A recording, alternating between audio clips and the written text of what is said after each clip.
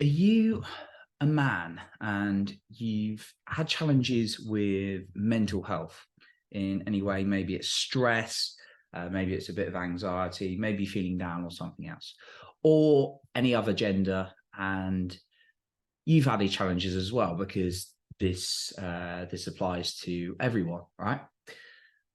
Today, I wanted to talk about some of the things as a man that have helped my mental health following our recent mental health day last week, which I could have made the episode then. And if you stay until the end, I have an extra special point for you as well.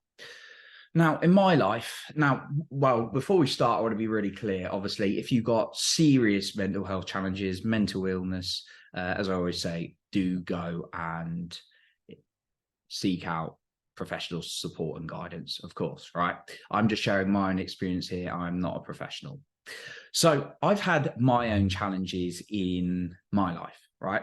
I've had bouts of feeling anxious, feeling down, feeling really, really stressed, really overwhelmed. And it's come to things like exhaustion, even experienced this like now and then in the last year.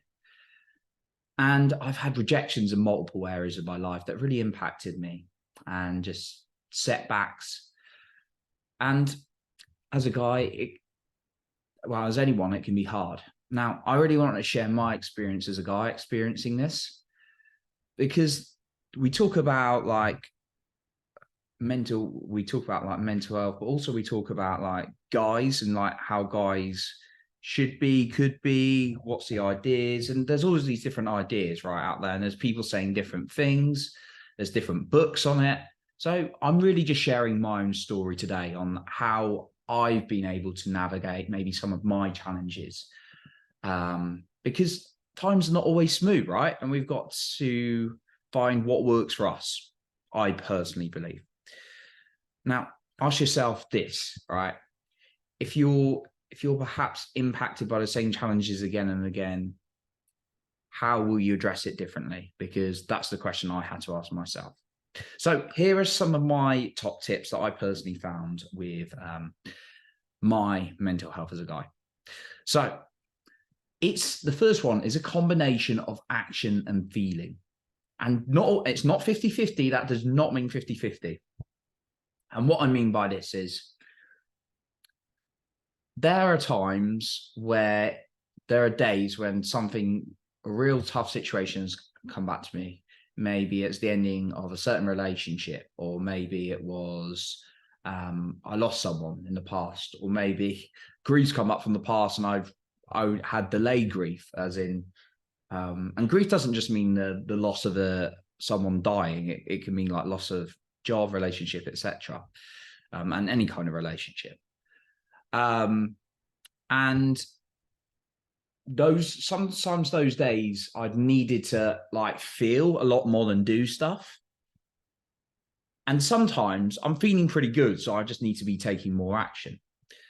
Now, what I found is putting both together works really well. Now, if I'm saying you've just say, for example, you've just lost someone, whether that was a personal, whether that was a relationship, or you've lost a job or something like that, the chances are you're not going to be like 50-50 of like taking action, go, go, go, go, and 50 feeling. Now, I do believe that you can do too much one or the other. That's personally what I found. Problem is, as a guy, this is how I used to operate. It used to be like 95% action, 5% feeling. And it just built up and built up and built up. And I had these stored emotions, these feelings I wasn't processing. I've also seen it and I know people who have told me about this, they used to like feel way too much into their emotions, and like, you need to feel these things, and there's going to be times you do, but they just stay there constantly for months and months, or weeks and weeks and weeks. And sometimes it may need to be week, depending on the situation. Right? And take the judgment for yourself. Again, these are only my guides, but they didn't take any action and things didn't change. Sometimes for things to change and to get a better result in life, we need to take a bit of action. So that's my first point. Get the right combination of action and feeling into things for you. Don't neglect one or the other, and see what the balance is right for you. I'm not going to tell you what it is for you. You can make the judgment for yourself on that, on what's the right amount. So let's use some examples. Like, say you've lost a job, and I've been through that, and it's horrible. Maybe there's a few days you just need to reflect on it and feel it, maybe a week or so, but depends how much quickly you need to get a new job, obviously. And then you start looking for, work. You start taking more of that action, but actually you're still feeling the impacts of it. Maybe you've lost a relationship with someone. Well, go out and start dating again. No, like, I've done that in the past and it just ended with more hurt. Going dating really quickly again. Maybe you need to feel into it. Maybe you need to talk to people and actually express those emotions. And then there's a point where you feel ready to maybe put yourself out there again, right? So those are a couple of examples. That's my first point. The second one is get support. This is so key. And I never used to do this as a guy, right? Because there's like this label attached to it, and like decreases the view of us. Let me say that correctly. It impacts on the views of other people if we get help. No, it's stupid. You're just going to make yourself worse. I've never seen anyone achieve greatness, even the best in the world, on their own, right? Why would you try and get out of a really horrible, challenging situation and impacts of mental health on your own, right? It just seems crazy to me. But I've been there when I wasn't thinking like logically. So get support, whatever form that is for you, right? Severe cases might need professional support, but for me, like, I just work with, I've narrowed it down a little bit, but like a one-to-one coach. I work as part of a great group community, a couple of group communities, and I've got the right people to reach out to as well. The third one, speak your truth, right? Don't be afraid to share how you're feeling. Now, I'm not saying like there's a right time and place for it, obviously.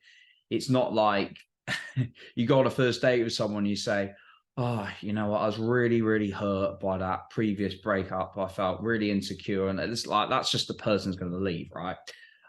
But like, you might be talking to your coach, your therapist, or like a close friend or family member and saying, look, I'm really, really hurting. This is how it's feeling. Yeah, speak your truth, how you're feeling. And actually, in the right way, if someone else has hurt you, you can channel it to them. Now, sometimes it's harder to do than others, and I've certainly been guilty of it not coming out correctly to someone. Fortunately, never too malicious, because I'd like to think I've got a certain level of emotional control. But yeah, I definitely, one or two times I could have handled it differently. But yeah, speak your truth as much as possible to people, how you're feeling, right? Don't be afraid to be you, because that can really impact your mental health when you, for me personally, it's impacted my mental health when I've not spoken my truth. The fourth one, get out in nature, ideally with no phone or on airplane mode, because I found that allows me to connect more to the feeling and emotional and spiritual side of me than the logic. I feel like I'm actually having a connection with nature, and it's a practice my somatic coach gave me. It's really, really been beneficial as well.